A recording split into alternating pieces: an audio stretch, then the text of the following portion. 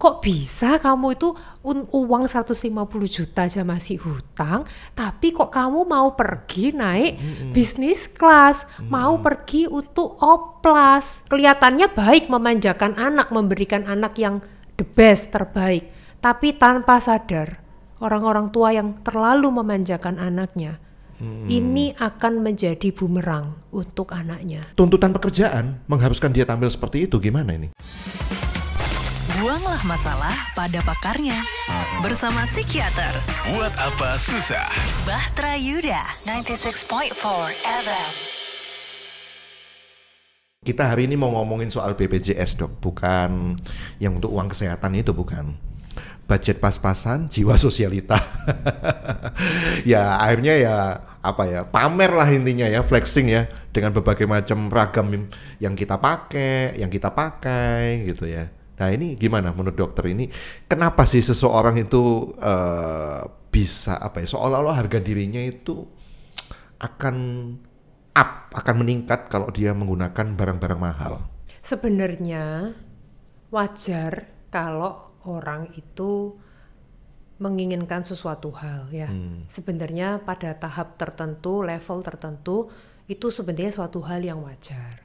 Tapi jangan sampai kita itu mengkaitkan nilai value kita ke barang-barang. Ya, bagaimana Anda memandang diri Anda ketika Anda memakai tas yang mungkin 100.000 sama Anda memakai tas yang 100 juta. Bahkan 1M kalau cewek nih ya. Nah, misalnya ada yang sampai 100M. Apakah membuat nilai diri Anda berbeda? Saya ngomong nilai diri ya, bukan nilai tas. Nilai tas jelas berbeda. Tetapi apakah Anda akan sama happy-nya, sama pede-nya, sama bahagianya ketika Anda bawa tas yang 100.000 kayak tas yang saya bawa? Oh, nggak percaya saya. Loh iya beneran, itu tas anyaman itu. Anyaman. Seorang dokter AME pakai tas 100.000. Loh nggak percaya boleh cek di toko oren. Di Google Lens. Di Google Lens keluar ya harganya kan? Berapa? Atau Anda pakai tas yang 100 juta. Apakah nggak boleh pakai tas yang 100 juta? Boleh kok kalau Anda mampu. Ya. Tapi apakah kebahagiaan Anda, nilai diri Anda menjadi berbeda? Apakah Anda jadi minder ketika Anda pakai tas 100.000? Apakah Anda menjadi lebih superior ketika pakai tas yang 100 juta? Kalau jawaban saya iya, memang saya merasa superior karena itu sebuah pencapaian, Dok. Sebuah achievement kan, misalnya saya kerja keras, saya cari duit ya demi apa? Ya demi ini semua, mobil saya yang mewah, fancy car, tas yang mahal, branded. Kan itu pencapaian, Dok. Bener. Boleh enggak kalau misalnya pada pencapaian itu Anda pengen beli? Boleh kok. Makanya tadi saya bilang, apakah salah ketika kamu punya uang, kamu mau beli barang mewah, mau beli mobil, mau beli tas mewah, mau beli jam branded, boleh nggak? Boleh kok. Boleh, karena Anda layak untuk menikmati hasil kerja Anda.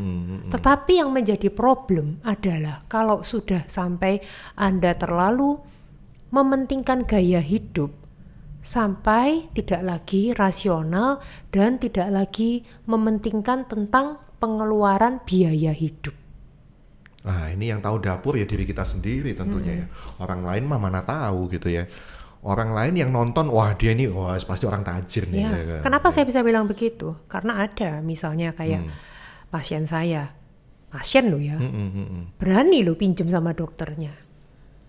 Duh, iya, makanya saya bilang tadi. Ini kok macam-macam ya, ada yang nggak mau bayar, ada yang minjem. Iya. Anda ini pasiennya. Loh iya, kadang menjadi psikiater tuh kan kita dekat sama pasien, kadang ya gitu. Termasuk masuk ke ranah-ranah ekonominya ini. Ranah-ranah ya. Jadi ada pasien yang utang. kalau kemana-mana dia tuh naiknya bisnis kelas. Tapi utang.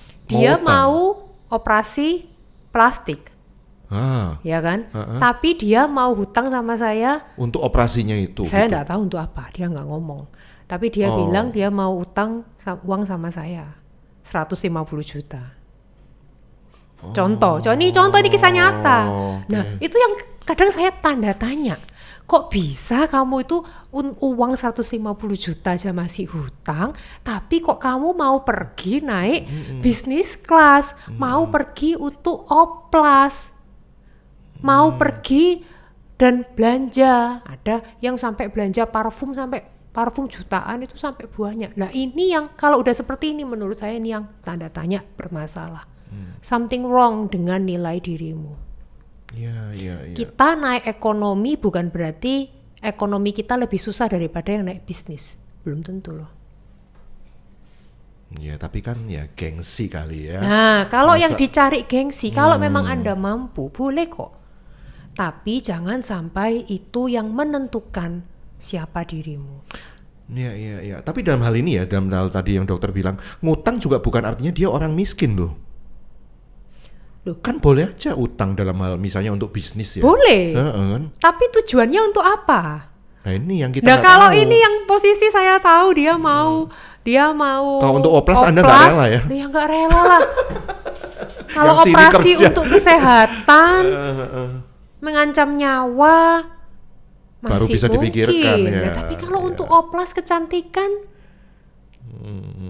untuk naik bisnis kelas, ya bedakan antara biaya hidup dengan gaya hidup. Kita kalau nurutin gaya hidup nggak selesai-selesai.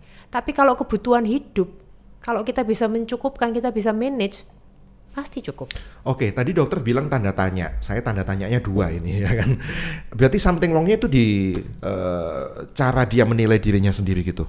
Berarti dia menilai dirinya sendiri itu akan rendah kalau tidak disupport, tidak di-backing dengan barang-barang yang mahal gitu. Yes, ada. Itu persoalan apa itu kalau dalam kejiwaan seperti itu? Nggak bisa kita langsung mengejudge. Yeah. Tapi pada orang-orang yang klaster B, yang narsistik, yang kepingin dipuji, atau orang yang histrionik. Kalau orang histrionik itu kepingin dia menjadi pusat perhatian. Biasanya mereka akan lebih mementingkan penampilan. Orang-orang antisosial, psikopat pun juga. Banyak yang mereka yang juga mementingkan penampilan. Namanya superficial charming. Mereka sangat mementingkan dipuji orang, penampilan dari orang gitu. Padahal belum tentu seperti itu. Tapi hari ini itu kan tampil wow dengan barang-barang branded itu menjadi semacam sudah kebutuhan loh dok. Apalagi kalau profesinya sebagai content creator, influencer. Yes. Iya kan? Bener. Mungkin dia tidak mampu, tapi karena apa ya tuntutan pekerjaan mengharuskan dia tampil seperti itu. Gimana ini? Kalau menurut saya hidup yang paling enak itu kalau kita hidup sesuai dengan kemampuan kita. Kalau memang mampu boleh, kalau nggak mampu nggak usah kemenyek. Do you know what the meaning of kemenyek? Ini buat yang ya kan? luar Jawa Timur nih kayaknya nggak tahu ini ya kemenyek itu. Kalau nggak mampu nggak ya. usah. Kenapa kok saya bisa bilang begitu? Saya pun ngomong sama suami saya. I want to train my kids to live in all season. Aku ingin agar anakku itu bisa hidup di dalam setiap musim kehidupan, di dalam semua musim. Mau dia miskin, kaya, dia harus bisa survive. Susah seneng bisa survive ya. Ya. Karena banyak orang tua zaman sekarang yang nggak kepingin anaknya itu susah. Dari kecil anaknya masuk sekolah yang internasional, prestisius, yang prestisius, barang-barangnya branded. Gaya hidupnya harus wow. Bahkan ada misalnya orang ya, ini beneran kisah nyata. Kenaikan kelas, kenaikan kelas untuk belanja alat sekolah. Betul. Kenapa ini alat sekolahnya jor-joran ini maksudnya apa ya saingan ini ya kan? Itu mintanya harus pergi ke negara tetangga untuk belanja kebutuhan alat sekolah. Luar biasa ya. Ada orang-orang yang memang seperti itu. Nah, kalau mampu enggak apa-apa, tapi pada waktu kondisi seperti itu yang saya tahu orang tuanya lagi kesusahan, yang lagi pinjem ke sana ke sini. Iya. Nah, apakah orang tua yang seperti ini baik? Kelihatannya baik memanjakan anak, memberikan anak yang the best, terbaik, tapi tanpa sadar orang-orang tua yang terlalu memanjakan anaknya, ini akan menjadi bumerang untuk anaknya. Iya. Orang tua yang cenderung flexing, biasanya anaknya juga diajak flexing sekalian gitu maksudnya ya. Itu bahayanya. Nggak selalu sih. Ada orang tua yang sederhana tapi terlalu memanjakan anaknya menjadi flexing dan marah kalau tidak sesuai standar yang dia inginkan. Ya, anak kan masih belum tahu ya bagaimana cara mendapatkan uang itu. Apakah sebesar itu, semudah itu cari duit gitu kan. Tapi karena udah dibiasakan yang mahal, akhirnya ada kan kejadian ya. Seorang anak kalau nggak beli iPhone yang mahal akhirnya stres, bahkan maaf ya bunuh diri. Ada kan kayak gitu kan. Gitu loh. Jadi kan apa ya? Itu tindakan dari orang tua yang ya itu tadi memberikan fasilitas yang berlebih gitu. Makanya kenapa kok sekarang juga ada istilah generasi strawberry kan? Pernah dengar ya?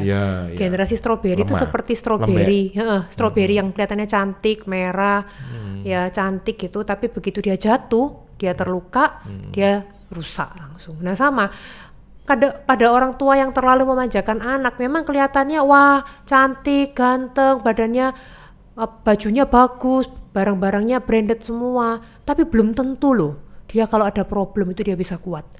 Iya kan? Bisa jadi ketika dia ada masalah langsung down. Makanya kenapa kok saya bilang aku kepingin anakku tuh bisa hidup di segala musim kehidupan, bisa survive. Dia mau makan bintang 5 bisa, tapi dia juga harus bisa makan di kaki 5. Gitu. Kaki 5-nya depan bintang 5 lagi. Biar tahu rasa bedanya. Langsung ya kan. Nah, itu kemarin kita di depan sana ya bintang 5, sekarang di kaki 5. Dok, jadi maksudnya flexing, orang yang suka flexing dengan barang-barang berharganya, kalau mampu ya nggak apa-apa. Tapi masalahnya kalau nggak mampu itu kan jadi masalah ya. Bener. Nah harusnya gimana ini? Buat yang nonton ini mestinya Anda tuh nggak sebegitunya gitu mampunya gitu ya. Jadi ada namanya hierarki kebutuhan manusia menurut Abraham Maslow. Saya mungkin sering ngomong ya di YouTube, di podcast sebelumnya. Jadi seperti piramida, yang paling bawah itu kan harus terpenuhi dulu, baru kita bisa naik ke atasnya. Iya. Jadi di dalam piramida kehidupan manusia, kebutuhan manusia menurut Abraham Maslow, yang paling bawah itu adalah kebutuhan fisik, yaitu sandang, pangan, papan, udara, oksigen, seks, termasuk di paling bawah. Ini harus terpenuhi dulu, baru kita bisa naik ke level atasnya, yaitu kebutuhan akan rasa aman. Rasa aman tuh apa? Nggak dikebukin, dia kemudian disayang. Bukan disayang, maksudnya dia nggak ada yang kasar secara verbal, secara seksual ataupun secara fisikal. Dia memiliki pekerjaan dan dia memiliki kesehatan, itu memberikan rasa aman. Ya, itu yang kedua yang dicari manusia. Yang ketiga baru adalah love and belonging. Aku ini milik siapa? Aku ini dicintai oleh siapa? Aku punya teman, punya keluarga, punya pasangan, itu nomor 3. Nomor keempat adalah respect, dihargai. Dan yang terakhir baru aktualisasi diri. Jadi itu adalah kayak piramida, dia yang paling atas, titik terkecil. Ya. Jadi yang di paling atas itu aktualisasi diri ketika seseorang mendapatkan hal yang terbaik dalam hidupnya. Misalnya dia mau beli iPhone, dia mau liburan ke luar negeri, dia mau naik bisnis kelas, mau fine dining, itu yang paling atas, aktualisasi diri. Ketika seseorang bisa mendapatkan yang terbaik, the best dalam hidupnya. Tapi itu adalah titik yang paling atas. Ya. Harusnya orang normalnya demikian, paling bawah sandang pangan papan terpenuhi. Kalau udah lebih duitnya, mau aktualisasi diri yang paling atas, monggo silakan. Mau liburan, naik bisnis kelas, mau beli barang mewah silakan, tapi itu paling atas. Jangan terbalik. Menjadi problem ketika piramidanya itu dijungkir. Kebalik, dijungkir. Aktualisasi dirinya yang besar, barang branded, mewah, bisa liburan, tapi kebutuhan dasarnya, sandang pangan papannya nggak terpenuhi. Makanya puasa sebulan. Nah, ada loh ya, beberapa kasus suami istri bertengkar. Tahu kenapa? Kenapa? Istrinya bekerja nih, contoh ya, contoh kasus. Istrinya bekerja, dia yang mencukupi kebutuhan anaknya, biaya sekolahnya, makannya anak. Tapi suaminya, ya dia bekerja, tapi dia beliinnya yang barang-barang branded. Dibeliin iPhone. Kelihatannya anak seneng cicilannya di awal langsung, tapi kemudian cicilan berikutnya nggak dibayar. Ada yang diajak makan di tempat mewah, tapi nggak mau dan nggak bisa mencukupi kebutuhan dasarnya. Uang sekolah nggak mau bayar sampai nunggak 3 bulan. Kisah nyata loh ini. Ada orang tua yang uang sekolah nunggak 3 bulan tapi bisa ngajak anaknya fine dining beli iPhone. Ada. Ya berarti sedang ngajar yang nggak betul dong ke anaknya juga. Justru kayak gitu itu. kan. Makanya orang-orang seperti ini akan menjadi problem karena piramidanya kebalik. Dia lebih mementingkan aktualisasi diri, tapi dia tidak mementingkan kebutuhan dasarnya. Wait, ini berarti bisa diturunkan ya kalau misalnya orang tuanya yang BPJS tadi ya, budget pas-pasan tapi jiwa sosialita, anaknya juga ngikuti dong kayak sebuah coping mekanisme atau gimana sih namanya ini ya? Namanya mirroring. Papa mamaku kayak gitu kok, gitu. Aku juga gitulah Iya, gitu. meniru. Mirrorless. Mirroring. Mirroring ya. Kalau mirrorless kan artinya Kamera. nggak ada kaca kalau mirrorless. Mirroring itu maksudnya seperti cermin. Cermin dari kisah orang tuanya seperti itu, gaya hidupnya ya. Oke dok, tadi saya mendengar tadi di piramida yang kedua, tingkat kedua itu ada juga kebutuhan untuk mendapat rasa aman. Nah ada orang yang insecure kalau pakai barang-barang yang biasa. Dia akan lebih secure kalau pakai yang mahal-mahal, yang fancy. Gimana? Sebenarnya namanya ada barang, ada harga, ada rupa. Itu wajar lah, pasti. 100.000 sama 1 juta pasti beda lah jadi gitu pasti. intinya. Kalau kita naik mobil yang mewah, ada rasa aman lebih nggak dibandingkan Pasti. yang pasti. Itu nggak cuma secara teori psikiatri, secara teori marketing, branding, makanya ada namanya branding. Ketika kita udah tahu brand ini lebih dipercaya, kita berani bayar harga lebih mahal karena kita tahu kualitasnya lebih bagus. Ya, itu wajar. Kalau sampai di sana sih wajar. Tapi jangan sampai itu merusakkan citra diri Anda, seolah-olah citra diri Anda terasosiasi dengan benda-benda. Itu yang menurut saya yang menjadi nggak baik. Keterikatan. Kunci dari suatu hidup yang bahagia itu kan ketika kita nggak terikat. Aku mau pakai barang mewah boleh, aku mau pakai barang biasa boleh. Makanya ketika ada yang nanya, kenapa kok sekarang pakai mobil bagus gini? Ya karena karena aku suka. Ada yang nanya, ada yang nanya ke saya. Karena suka. Dokter Aime kok sekarang mobilnya bagus? Saya kira Dokter Aime maksudnya sederhana. Maunya dia mungkin berharap saya harus selalu sederhana. Loh, ya bukan karena untuk pamer loh saya beli mobil yang saya bagus ini, yang saya suka ini ya karena aku suka, bukan untuk menunjukkan ke orang lain, bukan, tapi karena aku suka modelnya, aku nyaman dan ya aku mampu. Kalau aku nggak mampu, aku nggak akan kok beli gitu.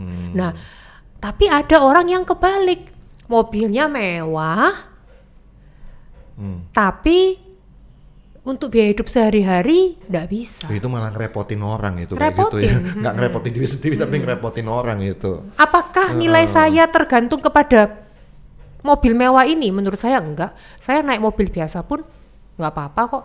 Saya dijemput driver online naik mobil biasa pun nggak apa-apa. Pernah nggak Dokter Aime naik ojek online yang sepeda motor? Pernah. Bersin-bersin ntar. Hah? Bersin-bersin. Bersin-bersin apa? Ya gebres-gebres kalau naik ini ojek online. Enggak. Paling rambutku berkibar-kibar dan bau knalpot. Paling itu. Tapi tidak menentukan harga diri kita. Apakah kita menjadi less than others, menjadi kurang. So harga diri dari mana kalau begitu? Saya nanya. Dari kita sendiri. Maksudnya? Bagaimana kita memandang diri kita, bukan bagaimana orang menilai diri kita. Kan banyak orang itu menentukan harga dirinya, nilai dirinya, dari how others see them. Betul. Nah, itu enggak menjadi menurutku ya. Malah bumerang ya buat kita. Ya, karena ketika orang komentar negatif, kita jadi langsung down. Orang memuji-muji, kita langsung mekrok kepalanya, hidungnya. Harusnya kita yang bercermin bagaimana aku memandang diriku, bagaimana aku menghargai diriku, apa yang menjadi kelebihanku. Orang ya dihargai itu kan nggak cuma dari materi ya menurut saya, tapi bagaimana dari kecerdasannya dia, cara sosialisasinya dia, kemampuan emosional, intelektual, kebaikan hatinya, itu semua kan yang menentukan diri Anda. Bukan cuma dari sepatu apa yang kamu pakai, bukan cuma dari tas. Baju parfum, apa? mobil, ya, jam tangan, macam-macam ya. Soalnya nggak bisa begitu, Dok. Ini saya ceritakan ya, saya agak sedikit bongkar ya, maaf ya. Kalau dalam dunia pelayanan itu kita naik apa itu menentukan amplop persembahan kasihnya katanya. Mosok? Iya. Naik Mercy, sungkan dong ngasih amplopan cuma 500.000, iya kan? Aku malah baru tahu ini. Kalau you naik Avanza ya oke lah 500.000. Dia kaget. Aku malah baru tahu. Dia kaget. Itu menjadi sebuah patokan rumus gitu loh. Makanya ada orang bilang sama saya, you jangan naiki Avanza dong, Mercy. Serius, pengaruh ke amplop. Gitu ya? Dia kaget ya. Iya, saya malah baru tahu. Karena saya kira kalau pelayanan tuh sudah ada budget kan nggak? Maksudnya kan budgetnya dari... Iya mungkin sudah disiapin, tapi gara-gara naik Mercy, sungkan dong. Oh. Gitu. Jadi gimana? Boleh Mercy-nya saya pinjem? Boleh. Saya malah baru tahu nih. Nanti bagi hasil. Sewa mobil suwi-suwi. Saya senang lihat respon mukanya Dr. Aimee terkaget-kaget ada yang model kayak begitu. Ada. Anda kan suka cerita dalam sisi Anda sebagai psikiater gitu kan. Dalam dunia pelayanan seperti itu gitu loh. Ya, masuk akal kan? Mukanya Dr. Aimee bingung. Makanya itu menjadi sebuah, kalau Anda bilang piramida itu sebuah kebutuhan gitu loh, Dok. Tapi menurutku jangan begitu. Kok. Iya lah, pasti. Makanya saya ngomong begini. Nah, ini justru kok ketika ngomong begitu, menurutku ya kita harus kembali ke jalan yang benar kan. Namanya kita melayani kan harusnya ya untuk orang lain, dan justru kalau kita ngomong ya ketika kita bisa melihat hamba Tuhan yang bisa rendah hati, kemudian dia bisa pakai barang yang sederhana, justru itu kan lebih mencontohkan sosok Tuhan kita. Iya, bisa membangkitkan respect harusnya ya. Ya, jadi Anda kalau sudah ketemu hamba Tuhan yang sederhana, harus respect dong. Harusnya ditambahin amplopnya. Ini kita Paus saja kan naiknya Innova.